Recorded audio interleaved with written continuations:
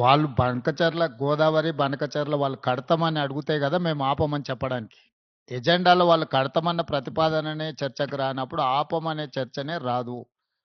ఉన్న అన్ని సమస్యల్ని కృష్ణా నది మీద, గోదావరి నది మీద ఉమ్మడి రాష్ట్రాలకు ఉన్న సమస్యల్ని చర్చించడానికి, సమస్యల్ని గుర్తించడానికి అధికారులు, ఇంజనీర్లతో ఒక కమిటీ ఏర్పాటు చేసి ఆ కమిటీలో చర్చించిన తర్వాత మిగతా అంశాలు ముఖ్యమంత్రుల స్థాయిలో చర్చించుకోవాలని నిర్ణయం తీసుకున్నాము. ఈ సమావేశంలో ప్రస్తావనకు వచ్చి తీసుకున్న నిర్ణయాలు 4 ప్రధానంగా. ఆ విషయం స్పష్టంగా మంత్రి గారు చెప్పిండ్రు. సో ఈ ఆఫీసర్ల కమిటీ వచ్చిన తర్వాత నీటి కేటాయింపులకు సంబంధించి కానీ, కొత్తగా ప్రాజెక్టులు నిర్మించుకోవాల్సినవి కానీ, పాత ప్రాజెక్టుల యొక్క అనుమతులు కానీ, వాళ్ళు ఆల్రెడీ కడుతున్న ప్రాజెక్టుల మీద అభ్యంతరాలు కానీ, వాటన్నిటిని కూడా 30 రోజుల్లో మన తరఫున ఉండే అధికారులు, అదేవిధంగా ఇంజనీర్ల కమిటీ ఇష్యూస్ని అన్నిటిని కూడా గుర్తించి వాటన్నిటిని కూడా చర్చకు తీసుకొస్తుంది. Yes, definitely. లేదు, ఇది అపెక్స్ కౌన్సిల్ మీటింగ్ కాదు. It is just informal meeting organised by government of India, Jal Shakti, to break through certain issues.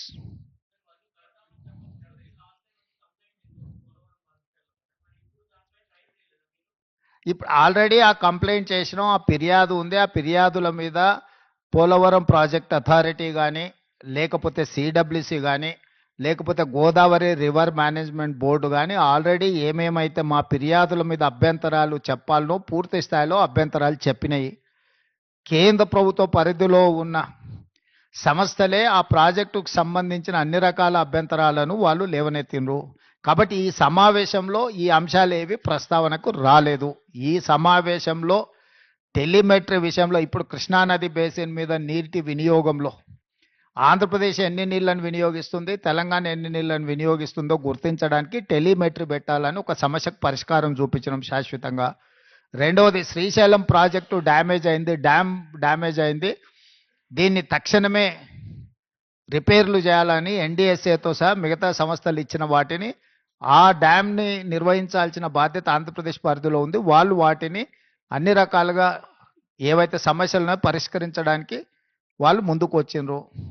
Godavari river management board, Krishna river management board ఆంధ్రప్రదేశ్లో ఒకటి, తెలంగాణలో ఒకటి ఉండాలని పునర్విభజన చట్టంలో ఉంది.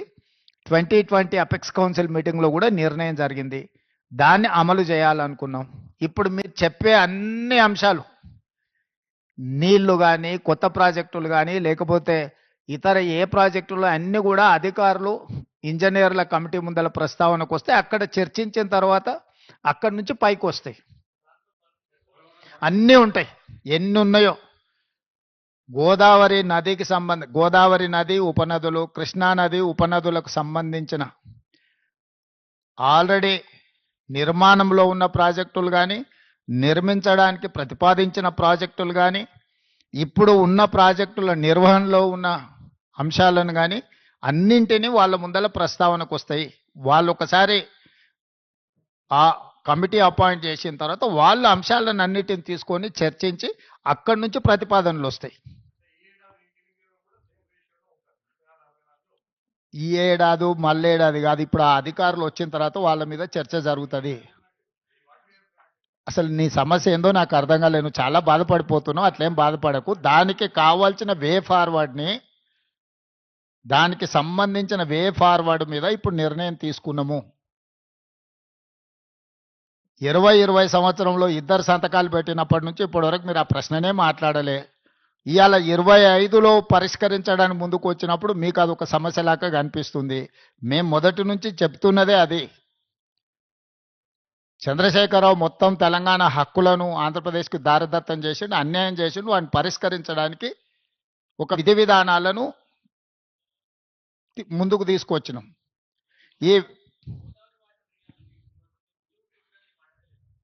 అసలు ఏ విషయం, ఈ 4 అంశాలు మాత్రమే ప్రస్తావనకు వచ్చినాయి. 4 అంశాల మీద నిర్ణయం తీసుకున్నాం. మిగతా అన్ని అధికారుల కమిటీ నిర్ణయించిన తర్వాత అక్కడ ఇవన్నీ మీరు చెప్పే విషయాలు, లేవనెత్తుతున్న విషయాలన్నీ అక్కడ ప్రస్తావిస్తాం.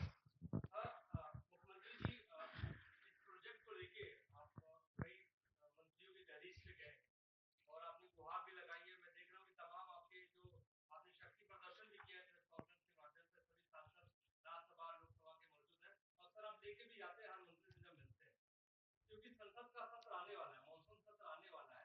ये लड़ाई तो आप बाहर लड़ ही रहे हैं, क्या संसद के भीतर भी आपके सांसद इस लड़ाई को लड़ेंगे अपने आप? नहीं नहीं नहीं, अभी तो चर्चा चल रहा है। चर्चा जब चर्चा में हम है, हम तो लड़ाई के बाद कहाँ से आएंगे? चर्चा में अगर सुझाव नहीं निकला तो हम लड़ाई के लिए सोचेंगे। सड़क से लेकर संसद तक हम सब कुछ तैयार करके रखा है। आप खुद बोल रहे हैं पूरा माहौल देखा है ना, सो सब कुछ तैयार है। Yeah, definitely. That is something different from this. This platform is meant for pending issues between Andhra Pradesh as well Telangana. So we have taken a decision. We have evolved one mechanism to identify issues. Then we will take a decision on those issues. Revanth Reddy బుకాయిస్తాడు, చర్చనే జరగలేదు, చర్చ జరిగినప్పుడు ఆత్మనే ముచ్చట ఎక్కడ వస్తుంది అంటాడు. మరి ఇది ఇప్పటికైనా నిజాయితీగా చెప్పు. అబద్ధం ఆడినందుకు, రాష్ట్ర ప్రజల్ని తప్పుదో పట్టించినందుకు, కడతామని ఎజెండాలో లేనప్పుడు ఆపమనే ముచ్చట రాదని తప్పుడు మాటలు చెప్పినందుకు బేషరతుగా చెంపలేసుకోవాలి, క్షమాపణ చెప్పాలని చెప్పి నేను రేవంత్ రెడ్డి గారిని డిమాండ్ చేస్తున్నా. ఎట్టి పరిస్థితుల్లో బీఆర్ఎస్ పార్టీ గోదావరి బనకచెర్లకు ఒప్పుకోదు. ఎందుకంటే మేము అంటున్నది ఏదో కక్ష కాదు, మా వాటా తేల్చండి. అసలు గోదావరిలో వరద జలాలన్నిటి లేవు, ఉన్నాయా? ఉంటే లెక్క తేల్చండి. ఆ లెక్క తేలిస్తే అందులో తెలంగాణ వాటా అయిందో చెప్పండి. కేసీఆర్ గారు ముందే చెప్పిండ్రు అదే ప్రోరాటాలో మాకు 1950 టీఎంసీలు రావాలని. గోదావరి బనకచెర్లలో ఇంకో డేంజర్ ఉంది, ఇప్పటిదాకా మన ప్రభుత్వం మాట్లాడతలేదు. గోదావరి నీళ్ళే కాదు, కృష్ణా నీళ్లను కూడా తరలించకపోయే కుట్ర పెట్టింది ఈ ప్రాజెక్టులో. ప్రీ ఫీజిబిలిటీ రిపోర్ట్లో ఏం పెట్టారంటే నాగార్జున సాగర్ కుడి కాల్వ 0 నుంచి 80 కిలోమీటర్ల దాకా ఇప్పుడున్న కాల్వను డబుల్ సైజ్ చేస్తారట. చేసి ఆడవాళ్ళు కడుతున్నటువంటి మన రిజర్వాయర్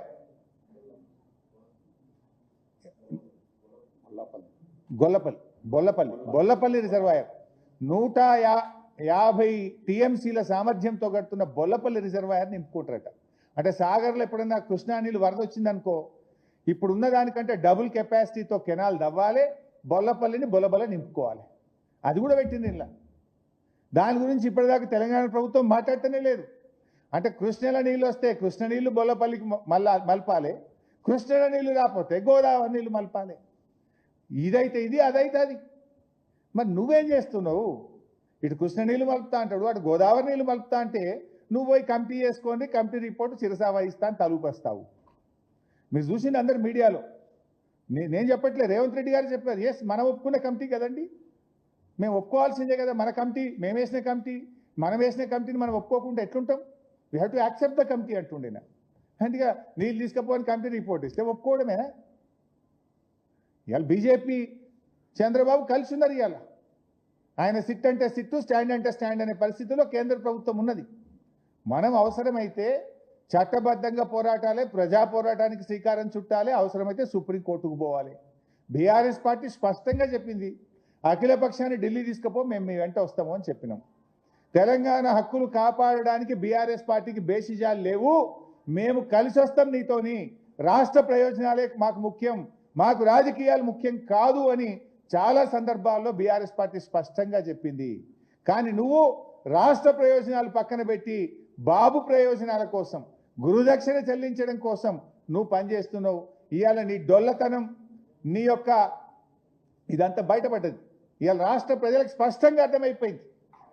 నిమ్మలకు థ్యాంక్స్ చెప్పాలి, ఒక రకంగా చెప్పాలంటే. ఉన్నది ఉన్నట్టు నిమ్మల చెప్పిండు, చర్చనే జరగలేదని రేవంత్ రెడ్డి బుకాయించిండు. ఇవాళ తెలంగాణ ప్రజలకు ఒక రకంగా నిజాలు అర్థమైనాయి. రేవంత్ రెడ్డి అబద్ధాలు ఆడుతున్నాడు. గోదావరి బంకచెర్ల ఎజెండాలో ఉన్నది, చర్చ జరిగింది, దాని మీద కమిటీ వేసిండ్రు, సోమవారం కల్లా కమిటీ సభ్యులు తేల్తారు, నెల లోపల కమిటీ రిపోర్ట్ ఇస్తుంది. ఇంత స్పష్టంగా నిమ్మల చెప్తే చర్చనే జరగలేదు, ముచ్చట ఎక్కడిదని రేవంత్ రెడ్డి చెప్తాడు. ఇవాళ రాష్ట్ర ప్రజలకు రేవంత్ రెడ్డి నిజాయితీ ఏందో, చిత్తశుద్ధి ఏందో, రేవంత్ రెడ్డి చీకటి ఒప్పందం ఏందో ఇవాళ రాష్ట్ర ప్రజలకు తేట తెల్లమైంది. అందువల్ల రేవంత్ ఇంకా బుకాయించకు, బేషరతుగా ప్రజలకు క్షమాపణ చెప్పు, నిజాయితీగా పనిచేయి. Thank you.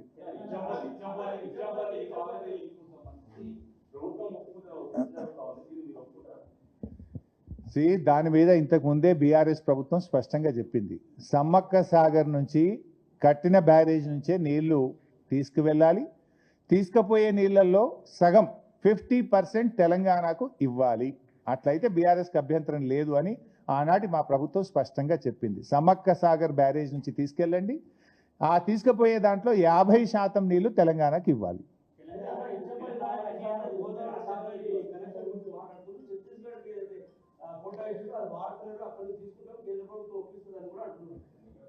ఇవన్నీ అయ్యే ముచ్చట్లు కావు బైసాబ్. ముందు కేసీఆర్ గారు ప్రతి నీటి చుక్కను వినియోగించుకోవడానికి గోదావరి నది మీద చాలా ప్రణాళికాబద్ధమైనటువంటి కృషి చేశారు. అందులో చాలా వరకు 90% అనుమతులు సాధించాం. ఆ మిగతా అనుమతులు 10% ఉన్నాయి సాధించు. ఆ ప్రాజెక్టులను త్వరితగతిన పూర్తి చేసి ఇప్పటికే దాదాపు 930 టీఎంసీల నీళ్లను గోదావరి నదిలో వాడుకోవడానికి బీఆర్ఎస్ పార్టీ కేసీఆర్ గారి నాయకత్వంలో ప్రణాళికలు రచించి ప్రాజెక్టులను ప్రారంభించింది. వాటిని సద్వినియోగం చేసే పని చేయి తప్ప అది కేసీఆర్కు పేరు వస్తుందనో బీఆర్ఎస్కు పేరు వస్తుందనో ఈ పిచ్చి పిచ్చి కార్యక్రమాలు చేసి రాష్ట్ర ప్రజలకు ద్రోహం చేయొద్దని మేము కోరుతున్నాం.